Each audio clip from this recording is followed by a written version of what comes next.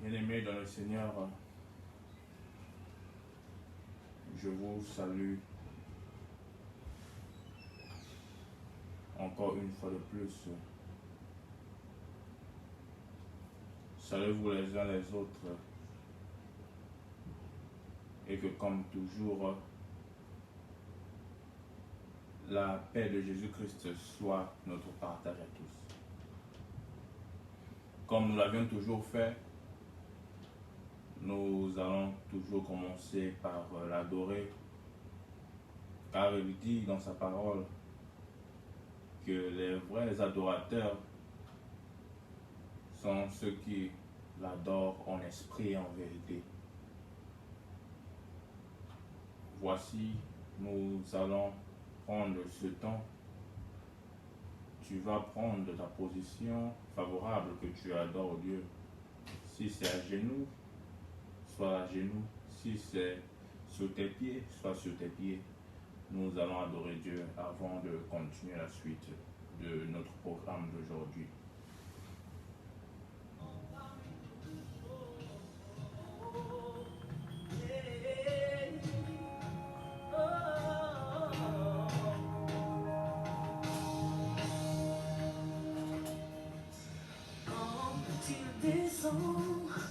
Oui, tout s'arrête, il y a transfert entre ciel et terre. Quand il descend, l'atmosphère change, il y a transfert entre ciel et terre. Quand il descend, oui, tout s'arrête, il y a transfert entre ciel et terre. Quand il descend, l'atmosphère change. Il y a transfert entre ciel et terre. Quand il descend, tout s'arrête. Il y a transfert entre ciel et terre. Oh, le Saint-Esprit de Dieu. L'atmosphère change. Il y a transfert. Le Saint-Esprit est là. Le Saint-Esprit est là. Le Saint-Esprit est là. Bien-aimés dans le Seigneur, une fois de plus, nous sommes dans la présence de l'Éternel. Que sa présence, bien-aimés, nous remplit. Que la présence de l'Éternel enlève tout ce qui n'est pas de nous. Que le Saint-Esprit ramène la joie, l'espoir dans nos vies. Que le Saint-Esprit nous donne de sourire à une personne maintenant. Maladies sont frites, les aveugles voient, les paralytiques sautent de joie, les stériles enfants, les sourds entendent, sa puissance, par sa puissance. Oh Saint-Esprit de Dieu, toi qui es la troisième personnalité de l'Éternel, nous t'invitons parmi nous. Saint-Esprit, remplis-nous nos maisons. Oh, tu connais ce que nous traversons, ce que chacun de nous traverse. Tu ne sais pas, bien-aimé, là où tu es, si c'est la maladie, si c'est la stérilité, si c'est le manque.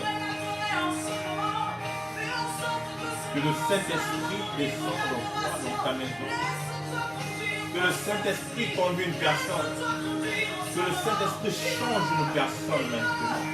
Que le Saint-Esprit touche une personne maintenant. Que le Saint-Esprit agisse dans la vie d'une personne maintenant. Que le Saint-Esprit opère dans la vie d'une personne maintenant. Que le Saint-Esprit parle à une personne maintenant. Que le Saint-Esprit touche une personne maintenant. Que le Saint-Esprit agisse. Il agit maintenant. Au nom de Jésus-Christ. Au nom de Jésus-Christ. Qu'une personne ressente sa puissance maintenant. Le Saint-Esprit de Dieu, c'est toi qui transformes les cœurs. C'est toi qui guéris les maladies. C'est toi qui renouvelles ceux qui étaient morts en nous. Que maintenant le Saint-Esprit renouvelle toutes les organes mortes dans une personne maintenant au nom de Jésus-Christ. Si seulement la personne croit en Jésus-Christ, s'il croit en la puissance que Jésus-Christ a, le Saint-Esprit, il sera guéri. Tous les organes morts, je dis bien tous les organes morts dans une personne maintenant sera renouvelé au nom de Jésus-Christ.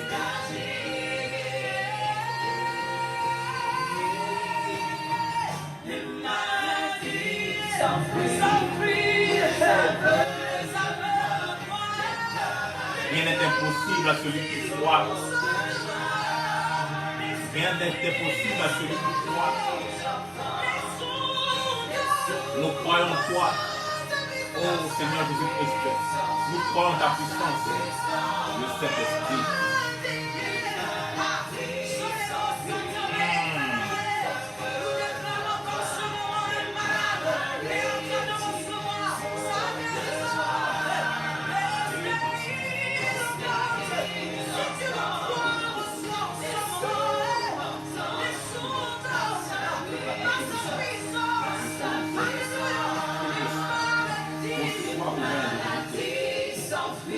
Reçois au nom de Jésus-Christ. De la santé, reçois au nom de Jésus-Christ. De la fertilité, reçois au nom de Jésus-Christ. Quelqu'un reçoit quelque chose au nom de Jésus-Christ. Ok, ça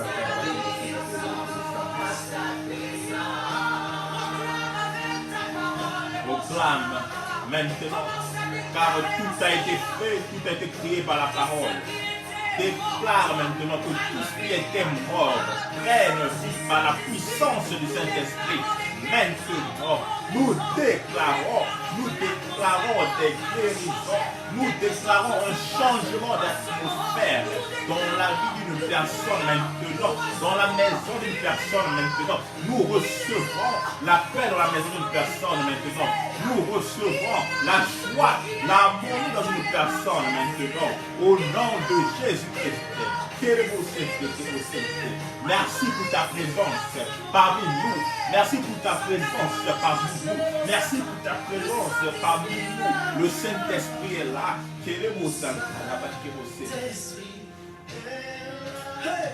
Tu n'as pas besoin de voir pour croire.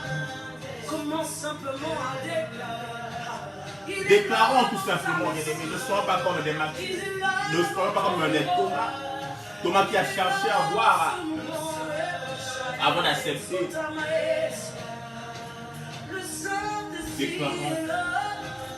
Déclarons la paix, déclarons la santé, déclarons la joie, déclarons la guérison à cette maladie qui a tellement duré.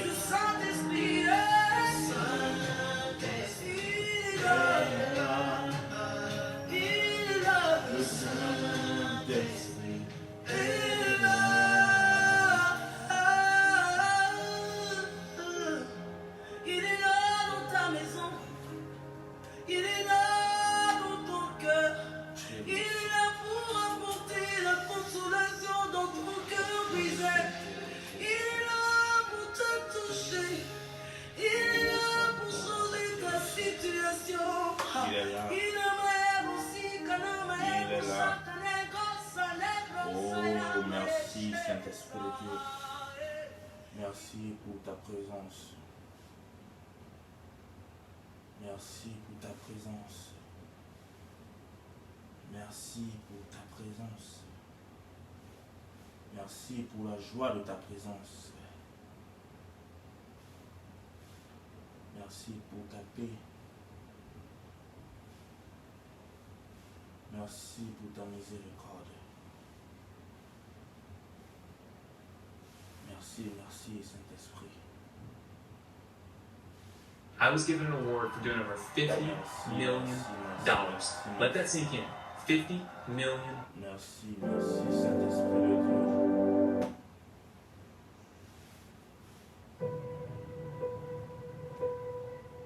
Pastor.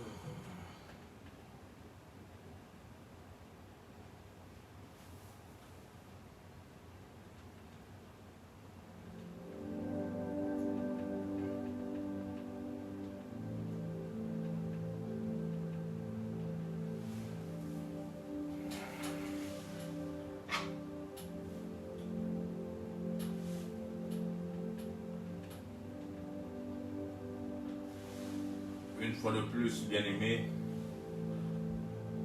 nous allons continuer dans notre enseignement aujourd'hui. Nous arrivons à la fin de l'enseignement que nous avions commencé sur le royaume de Dieu. Nous avions parlé de Jésus-Christ, de Dieu, nous avions parlé de l'homme, nous allons parler de l'Église aujourd'hui. Donc, nous allons parler de l'Église, le thème, nous parlerons de l'Église et le sous-thème, nous parlerons des conditions de la présence de Dieu parmi nous.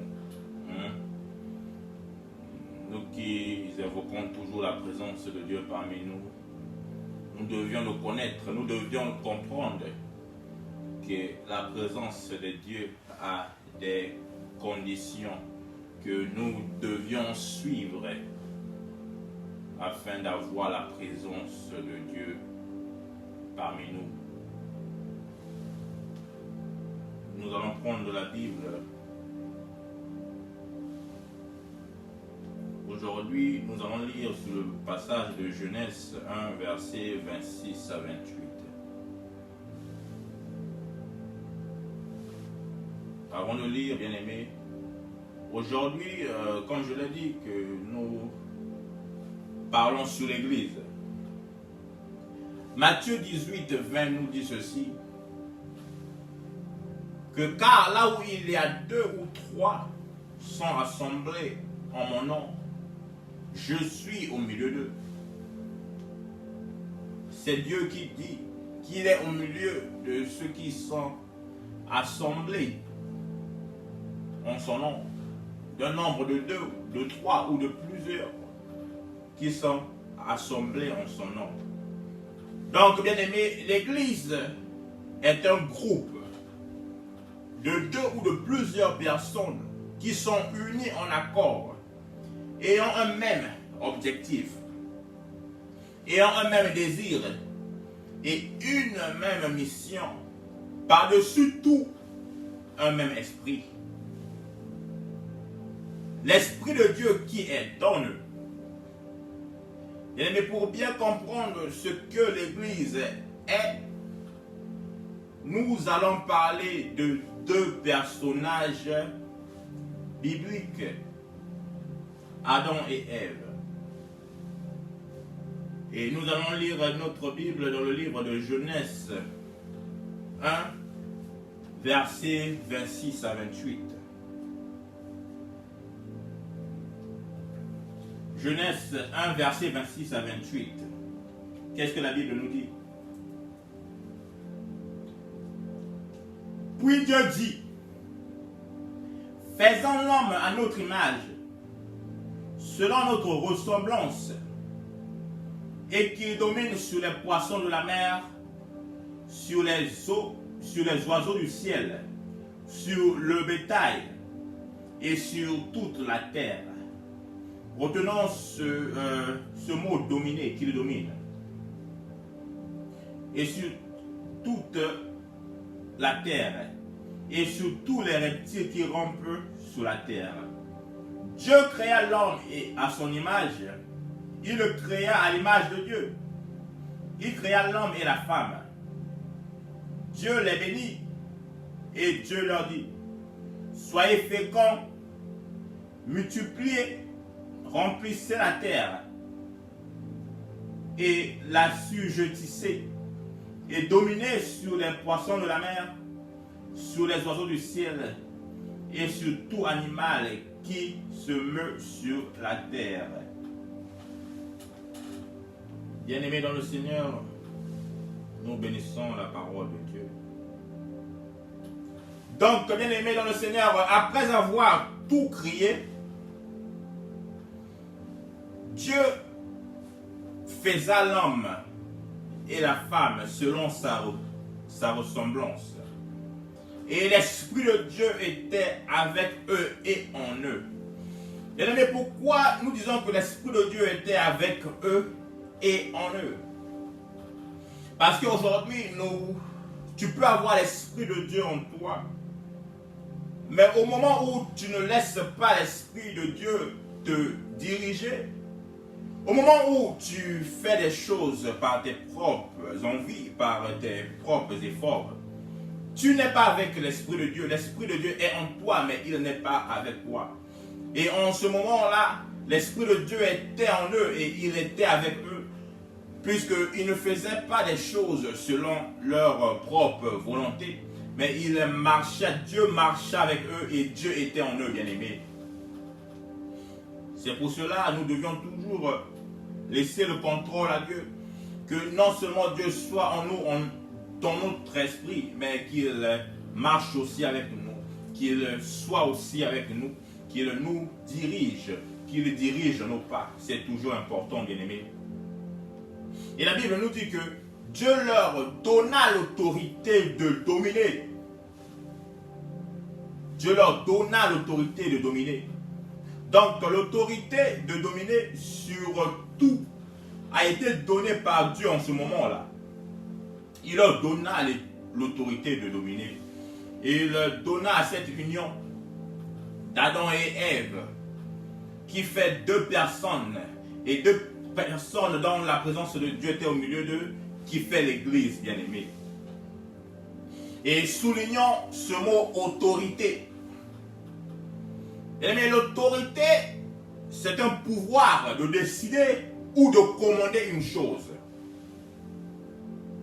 Donc l'Église a reçu le pouvoir de décider sur les événements à venir et de commander sur toutes choses, même les esprits impurs. Aujourd'hui, beaucoup diront que mais Adam a donné le pouvoir à Satan en péchant dans le jardin d'Éden, qu'il a perdu l'autorité. Non, bien-aimé. Adam a donné à Satan le pouvoir individuel et non collectif. Car dans Genèse 1, 26 nous dit, dans Genèse 1, 26 nous dit, Genèse 1, 26 nous dit quoi? Et qu'il domine sur les poissons de la mer, sur les oiseaux du ciel, et Genèse nous parla de Adam. Genèse ne parla pas de Ève et Adam, mais il parla de Adam, qu'il domine. Donc la puissance, donc le pouvoir que Adam a perdu à Satan était un pouvoir individuel et non collectif. Était un pouvoir individuel et non collectif. Et dans le verset 28, la Bible nous dit ceci. Dans le verset 28, la Bible nous dit que soyez féconds, multipliez-vous, remplissez la terre et dominez sur les poissons de la mer. Là, nous parlons de dominer, nous parlons de deux personnes. Dominer, c'est le pluriel. Donc, Genèse 1, 28 nous parle de dominer, donc elle nous parle du pouvoir collectif de Adam et Ève, bien-aimés. Donc, l'homme a perdu la domination, mais l'Église, qui est la collectivité, n'avait jamais perdu l'autorité. Car l'Église est le corps du Christ et le corps du Christ a toujours été intact, bien-aimé. Et c'est pour cela, malgré que Adam perd l'autorité, la Bible dit encore que un temps, le temps des noces, fils de Seth, fils d'Adam. Le temps des noces, c'est au ce moment-là que on commença encore à invoquer l'Éternel. Genèse 4, verset 26 nous le dit. Donc, si Adam avait perdu cette autorité, si l'Église, cette union de Adam et Ève avait perdu cette autorité, on ne devait plus parler de la présence de Dieu parmi 2 hommes ou 3 hommes. Parce que malgré que Adam l'a perdu, mais l'Église n'a pas perdu l'autorité. Malgré que Adam a perdu l'autorité, mais l'Église n'avait pas perdu son autorité. Amen, amen.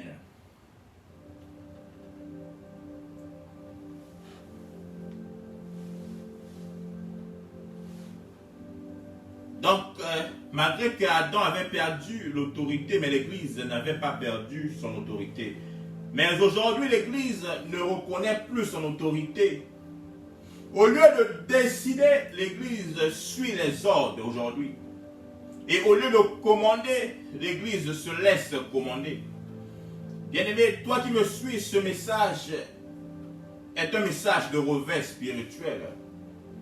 Pour toi et moi qui formons l'Église, nous avons le pouvoir de décider sur plusieurs choses dans ce monde, bien-aimé. Le livre de Luc 10, 19 nous dit ceci. Voici, je vous ai donné le pouvoir de marcher sur les serpents et les scorpions, et sur toute la puissance de l'ennemi, et rien ne pourra vous nuire, bien-aimé. Bien-aimé, là où tu as le pouvoir de décider sur la maladie qui dure, la maladie qui ne finit pas. Tu as le pouvoir de décider sur ta famille. Pourquoi seulement notre famille? Pourquoi seulement notre famille est pauvre? Pourquoi seulement des gens meurent dans notre famille? Pourquoi seulement il y a des divorces dans nos familles? Pourquoi seulement il y a ceci, il y a ceci? Bien-aimé, arrête de te poser des questions. Mais tu as ce pouvoir-là de décider dans ta famille. Car en toi, tu as la parole et tu as le DNA de la parole implanté en toi. Utilise-la. Tu as le pouvoir de décider sur les esprits impurs. Tu as le pouvoir de décider sur les esprits impurs. Bien-aimé, notons ceci que dans l'homme, nous avons 3 parties. Dans l'homme, nous avions l'esprit, l'âme et le corps. Et Dieu, l'Esprit de Dieu habite dans notre esprit et non dans le corps. Et le corps, c'est là où se trouvent toutes nos faiblesses. Et c'est la partie préférée des démons qui habitent dans le corps. Et quand un démon habite dans le corps, il finit par affecter l'âme. Et que c'est pour cela, tu vois que malgré nous pouvons avoir l'Esprit de Dieu dans notre esprit, mais le corps est faible. Donc si le corps est habité par les démons, le corps devient faible et nous faisons des choses non selon notre propre vouloir. C'est pour cela qu'il y a des choses que nous faisons, nous ne voulons pas les faire, mais nous le faisons puisque notre chair, le corps est faible. Et le corps aussi contamine aussi l'âme. Et que c'est pour cela, bien aimé, la puissance que nous avions, nous avions cette puissance, nous avions le pouvoir de dominer non seulement sur la terre, mais de dominer même les esprits impurs qui sont même en nous-mêmes. Nous avons le pouvoir de dominer sur les liens familiaux. Par nos prières, nous avions même le pouvoir de changer l'itinéraire que prend ce monde, bien-aimé. Regardons un peu le monde que nous vivions. Voyons un peu les choses que nous vivions de jour en jour. Comment les choses changent de jour en jour. Comment le diable a pris terrain. Le diable a pris terrain, il est partout. Il est rentré dans tous les domaines, dans tous les secteurs. Mais l'Église, qu'est-ce que tu fais? L'Église, qu'est-ce que tu fais? L'Église, nous avions reçu ce pouvoir de l'union entre 2 ou 3 ou plusieurs, ce pouvoir de changer l'itinéraire de ce monde, l'itinéraire que le monde a pris. Nous avions le pouvoir de changer cet itinéraire, bien-aimé. Matthieu 5, 13 nous dit ceci. Vous êtes le sel de la terre, bien-aimé. Le sel ajoute et n'enlève pas. Donc le sel ajoute, donc le sel change les données dans la nourriture. Si la nourriture n'avait pas de goût, et quand nous ajoutons du sel, le sel change de données. Et que c'est pour cela nous l'église, nous avions ce pouvoir de changer l'itinéraire que prend ce monde. Donc de changer la direction que prend ce monde. Car nous sommes le sel. Et le sel vient pour changer la nourriture. Le ciel vient pour changer le goût de la nourriture. Le sel vient pour changer. Et nous sommes l'église, nous sommes le sel. Mais la Bible nous dit encore, Matthieu 5,13 continue. Il a d'abord dit que vous êtes le sel de la terre. Mais il continue en disant ceci. Mais si le sel perd sa saveur, à quoi la lui rendra-t-il? Il ne sert plus qu'à être jeté dehors et foulé aux pieds des hommes. Bien-aimés, aujourd'hui, je sais que ça fait mal, mais nous devions dire la vérité, car nous sommes là pour dire la vérité. Aujourd'hui, bien-aimés, l'Église a perdu sa saveur. Aujourd'hui, l'Église a perdu sa saveur. Et tout cela, ce n'est pas un problème extérieur, mais c'est un problème intérieur, bien-aimés. C'est nous-mêmes, les serviteurs de Dieu, c'est nous-mêmes, ceux dont qui sont appelés, qui détruisons l'Église. Par des prophéties mensongères, par la jalousie, par la haine, nous détruisons l'Église. Nous ne voyons plus l'intérêt de l'union, mais nous voyons maintenant des intérêts personnels, bien-aimés. Et nous détruisons l'Église. Nous ne sommes plus basés sur la parole, mais nous sommes maintenant basés que sur des prophéties mensongères. Nous sommes basés sur des choses qui nous détruisent nous-mêmes, corps du Christ, bien-aimé. Aujourd'hui, l'Église a perdu la saveur. Et que c'est pour cela le démon est rentré, Satan est rentré dans tous les secteurs. Et Satan manipule tous les secteurs. Il est là, il travaille des heures supplémentaires. Mais l'Église est là en train de dormir, bien-aimé. Donc ce message est un message de réveil spirituel. C'est un message pour que tu puisses comprendre le pouvoir, la puissance à laquelle Dieu a mis dans l'union. La puissance à laquelle Dieu a mis dans l'union de 2 ou 3. La puissance à laquelle Dieu a mis dans l'union de 2 ou plusieurs. La puissance à laquelle Dieu a mis en nous, l'Église, bien-aimée. Donc, ne laissons plus au diable de faire ce qu'il veut. Ne laissons plus au diable d'accomplir son calendrier. Bien qu'il peut être le prince de ce monde, mais nous sommes des rois de ce monde. Nous sommes des co-héritiers au roi de ce monde. Cela fait de nous des rois de ce monde, bien-aimés. L'Église a le pouvoir de commander. Marc 11, 23 nous dit ceci. Que je vous le dis en vérité, si quelqu'un dit à cette montagne, ôte-toi de là et jette-toi dans la mer, et s'il ne doute point en son cœur, mais croit en ce qu'il dit, arrivera, il le verra s'accomplir.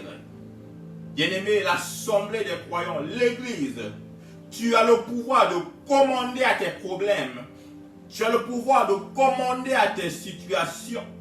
Tu as le pouvoir de commander à ces hommes de nuit, à ces maris de nuit. Bien-aimé, il y a une chose que beaucoup ne comprennent pas. Jésus-Christ est l'épouse parfaite. Jésus-Christ est l'époux et nous sommes l'épouse. Il est l'époux parfait. Et comme toujours, Satan aime toujours copier, tricher. Satan se dit que mais Jésus a une épouse et pourquoi pas moi? Pourquoi pas je n'ai pas une épouse?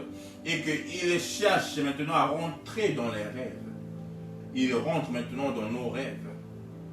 Et il se déguise en mari de nuit. Il se déguise en femme de nuit. Afin aussi de faire aussi des enfants de Dieu, ses époux et ses épouses bien-aimées. Faisons attention. Donc tu as le pouvoir de commander à ces maris de nuit, de commander à ces femmes de nuit, d'arrêter de te visiter les nuits, d'arrêter de te troubler, Car beaucoup ne savent pas, leurs mariages sont cachés à travers ces femmes et maris de nuit. Le mariage ne marche pas. Il n'y a plus d'entente entre toi et ton mari, entre toi et ta femme. C'est à cause de ces esprits-là maléfiques qui viennent pour détruire vos mariages, bien-aimés. Et ces esprits même poussent même d'autres jusqu'à la masturbation. Ces esprits de femmes et de maris de nuit détruisent même nos entreprises, même nos travails, même tout ce que nous faisons. Ces esprits viennent pour détruire. Car le diable n'a jamais construit, mais ce qu'il fait et ce qu'il fait bien, c'est de détruire. Donc, nous avions ce pouvoir d'arrêter ces choses, d'arrêter les maris de nuit, d'arrêter les femmes de nuit, d'arrêter les célibats. Car les célibats est le résultat de ces choses. La plupart des célibataires, bien-aimés, demandez-les, ils ont des femmes de nuit, ils ont des maris de nuit, bien-aimés. Je ne dis pas tout, mais la plupart. L'Église est une union qui se tient ensemble et non qui tombe ensemble. Bien-aimés, il y a une différence entre se tenir ensemble et tomber ensemble. Lisons 2 Timothée 1, 7. N'est pas un esprit de timidité que Dieu nous a donné, mais un esprit de force, d'amour et de sagesse. Dieu ne nous a pas donné un esprit de timidité, mais un esprit de force, d'amour et de sagesse. Bien aimé, si Adam tomba, dans la Bible, si Adam tomba dans la Bible, c'était parce qu'il pensa que l'union tombe ensemble. Il s'est dit peut-être que Ève a mangé le fruit interdit. Laisse-moi aussi, je vais manger. Car si Ève a mangé, moi aussi je dois manger pour la supporter. Tombons tous ensemble. Bien aimé, ce n'est pas ça l'Église. Et c'est la même chose aujourd'hui que nous observons aujourd'hui à l'Église. Quand l'autre tombe dans le péché, les autres aussi tombent. Et demandez-moi comment ils tombent. Ils tombent dans les moqueries. Ils tombent dans les calomnies. Ils tombent dans le jugement. Mais au lieu de relever le faible par la prière et par la parole de Dieu, mais nous faisons le contraire. Nous tombons aussi dans le péché avec eux. Bien-aimé, quand l'autre tombe, quand toi tu ne pries pas pour l'autre, quand toi tu ne supportes pas l'autre dans la parole, quand toi tu ne prêches pas l'autre la parole, bien-aimé, et que tu es dans la moquerie, tu es dans les calomnies, tu juges l'autre, bien-aimé, toi aussi tu es aussi tombé, car c'est aussi le péché que tu fais. Tous les deux vous êtes tombés. Bien-aimé, péché, ce n'est pas seulement l'adultère que tout le monde croit. Toi qui condamnes l'autre qui est tombé, tu pêches aussi car tu n'as pas le droit de le juger. Tu n'as pas le droit de le condamner. Mais plutôt, tu as le droit de l'aider dans la prière car il est faible. Et c'est ce que la Bible nous demande de faire. D'aider ceux qui sont faibles. De prier pour ceux qui sont faibles. Et bien aimé, nous allons parler, comme notre sous-thème nous l'a dit, nous allons parler des conditions de la présence de Dieu. Quelles sont les conditions de la présence de Dieu? Quelles sont les conditions pour que Dieu soit parmi nous? Bien aimé, comme la Bible nous le dit, la communion fraternelle, là où une ou deux sont en communion, sont en accord, Dieu est parmi eux. Et pour être en accord, bien aimé, nous avons besoin de cette chose que nous appelons l'amour en nous. L'amour entre nous. Seul l'amour peut nous faire de bon accord. Aujourd'hui, bien aimé, imaginons ceci, que si nous n'avions pas l'amour en nous, si nous faisons des programmes, si nous faisons des plans pour le développement, pour l'avancement de l'Église, le corps du Christ. Si d'autres ont la haine pour les autres, comment cela peut-il marcher? Comme l'Église primitive, ils étaient tous en communion fraternelle. Ils partageaient tous le pain ensemble, ils mangeaient ensemble. Ils n'avaient pas d'hypocrisie entre eux. Ils n'avaient pas cet amour d'hypocrisie. Que quand nous sommes ensemble, tu me montres que tu m'aimes. Mais derrière moi, derrière mon dos, tu parles mal de moi. Tu me mets le couteau dans le dos. Ayons cet amour, bien-aimé. Car aujourd'hui, le manque d'amour dans l'Église a facilité le diable de prendre le terrain. Je le dis encore qu'aujourd'hui, le manque d'amour dans l'Église a facilité le diable de prendre le terrain. Imaginez-vous ceci. Dans l'Église, il y a beaucoup de gens qui viennent pour plusieurs situations dans l'Église. D'autres, ils peuvent avoir non seulement les problèmes, mais ils ont aussi faim. Et imaginez-vous que ces genres de personnes viennent à l'Église qui a non seulement ces problèmes qui le troublent, mais il a aussi faim. Et que si vous le parlez même de la parole, cela rentrera ici, sortira ici. Car il a faim. Mais si une église qui non seulement est soutenue, qui non seulement a l'amour d'aider l'autre qui n'a pas, l'amour d'aimer l'autre de la façon que tu t'aimes toi-même, bien-aimé. Une église qui se supporte, bien-aimé. Imaginez que celui qui n'a rien, celui qui a faim, qui arrive dans une église, qui le donne à manger, non seulement à manger spirituel, mais physique. Et celui-là qui avait faim, il connaît aussi un de ses amis, un de ses proches qui a aussi faim. Et il passera le message que j'avais faim, que je suis allé à cette église. Il mange nourri non seulement spirituellement, mais physiquement aussi. Et que cela va pousser l'église à gagner encore du terrain, bien-aimé. Nous, les serviteurs de Dieu, ne cherchons pas seulement à remplir nos poches, bien-aimés. Ce n'est pas nous seulement qui avons des problèmes. Je sais que nous, les serviteurs de Dieu aussi, nous avions aussi des problèmes. Mais même ceux qui nous suivent, les brebis de l'Éternel, de Jésus-Christ, eux aussi ont aussi des problèmes. Donc ne nous soucions pas seulement de nous-mêmes, mais plutôt nous devions nous soucier des autres. Et c'est la chose que le diable a compris, il gagne un terrain. Aujourd'hui, le diable utilise ses serviteurs. Et vous verrez la plupart des gens qui servent le diable, ils ont cette facilité de donner. Ils ont cette facilité de faire les dons. Ils ont cette facilité car c'est aussi leur moyen aussi de gagner les âmes.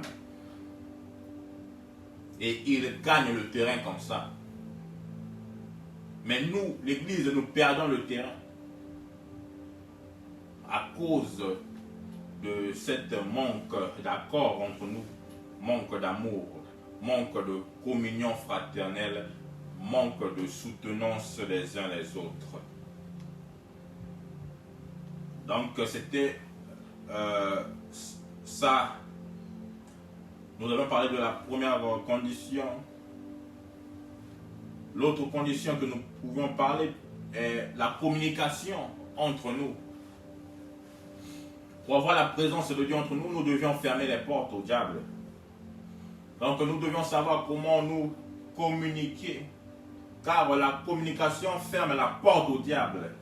Elle ne donne pas accès au diable. Aujourd'hui, si nous avions des problèmes entre nous, frères et sœurs, au lieu que d'aller en dehors de l'église, en parler aux gens qui sont dehors de l'église, pourquoi pas parler entre vous, communiquer, arranger les choses entre vous et fermer la porte afin que le diable n'ait pas accès dans l'église, afin que le diable ne détruise pas l'église. Et troisièmement, nous allons parler de hiérarchie. Nous devons respecter la hiérarchie. Puisque il y a d'abord dans l'église, il il y a d'abord Jésus-Christ. Il y a ses serviteurs. Il y a ceux qui suivent les serviteurs.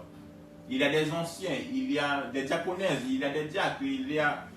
Donc nous devions respecter, nous devions donner chacun à sa position. Respectons cette hiérarchie, bien aimé, c'est vraiment important. Puisque nous avons dit que la Bible dit que Jésus-Christ est le maître de l'Église, comme l'homme est le maître de la femme. Jésus-Christ a le pouvoir sur l'Église et l'homme a le pouvoir sur la femme.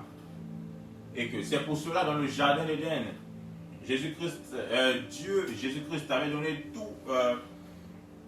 tous les détails sur toutes choses à l'homme. Donc nous devions respecter cette hiérarchie. Cela est important aussi pour avoir la présence de Dieu parmi nous. Et quatrièmement, nous allons parler, nous devions savoir comment se mettre à part. Donc savoir comment se retirer étant que Église. Savoir comment être loin seul de tous les bruits, loin des distractions. Et d'avoir qu'un seul focus qui est Dieu. De se focus en Dieu. De laisser toutes les distractions qui sont autour de nous.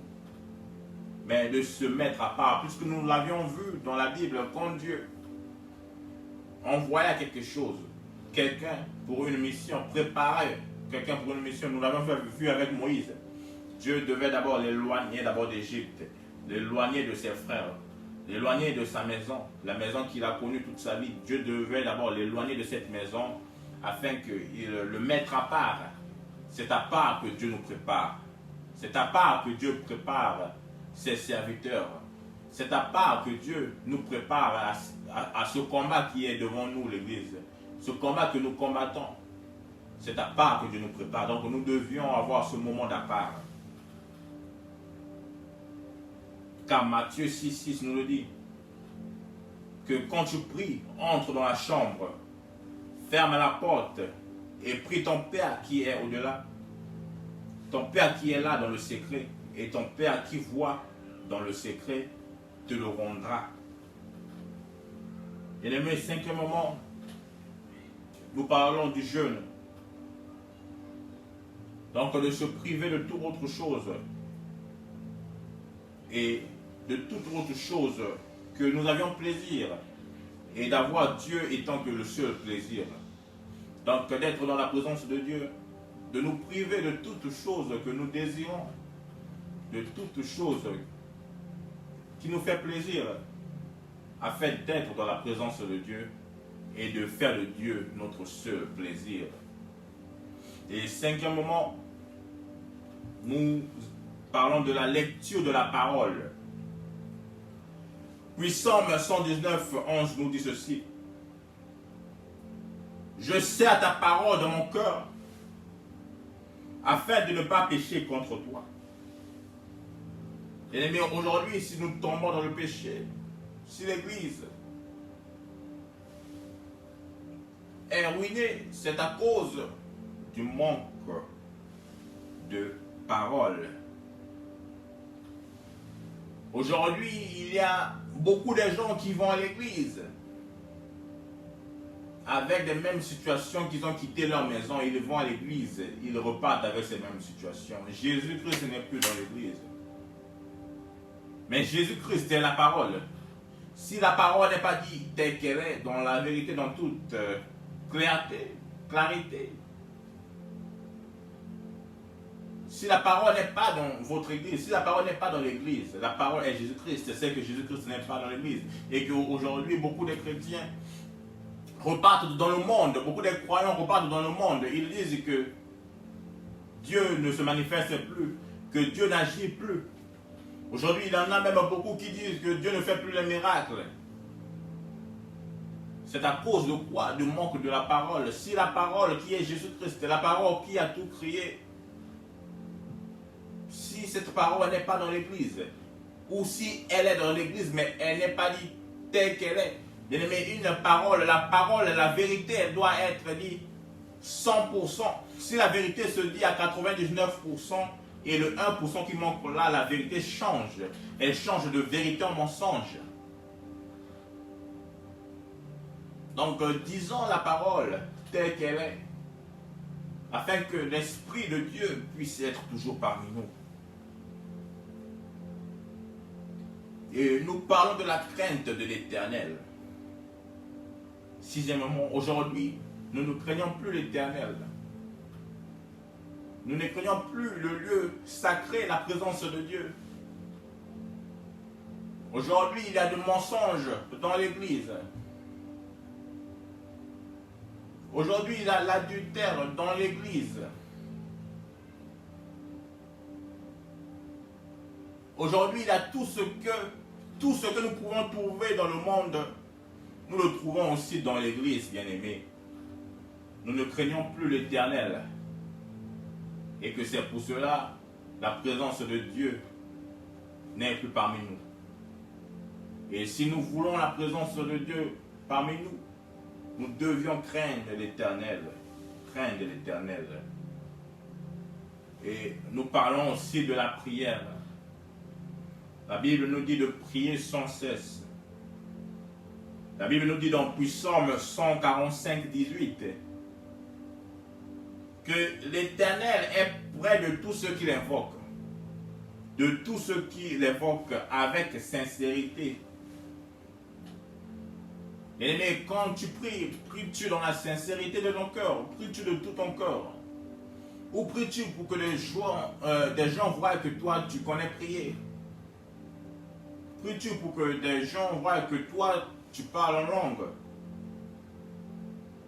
Bien-aimés, nous devions prier dans toute sincérité, rechercher la présence de Dieu parmi nous dans toute sincérité. Cela est important. Donc, bien-aimés dans le Seigneur, cela conclut notre enseignement sur le royaume de Dieu. Et je dis merci à l'Éternel d'avoir commencé avec nous et d'avoir achevé cette session d'enseignement sur le royaume de Dieu. Il a mis des mots favorables, l'inspiration dans son serviteur. Et merci aussi à vous qui avez reçu ces enseignements. Mais je vous prie non seulement de le recevoir et de le garder dans vos cœurs, mais de le mettre en pratique. De le mettre en pratique.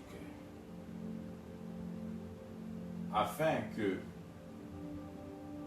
non seulement l'Église que nous sommes, mais afin que personnellement, tu puisses voir la main de Dieu, la gloire de Dieu dans ta vie personnelle. Donc une fois de plus, votre simple serviteur, le frère Rodriguez, je vous salue au nom de Jésus-Christ et ayez une bonne soirée. Amen.